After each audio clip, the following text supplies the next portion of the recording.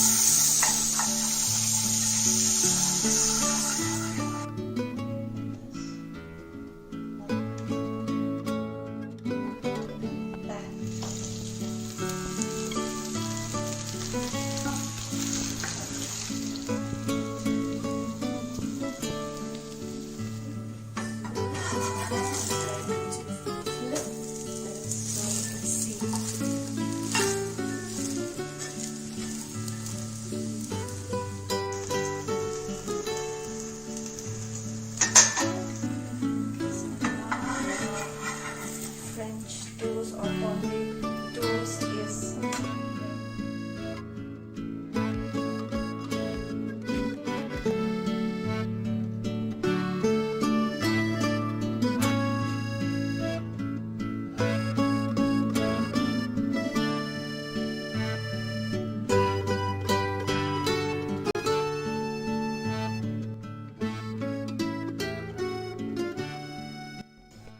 I hope you liked today's video. If you do, please like and leave a comment down below, and also subscribe if you haven't already. Thank you for watching. See you next time.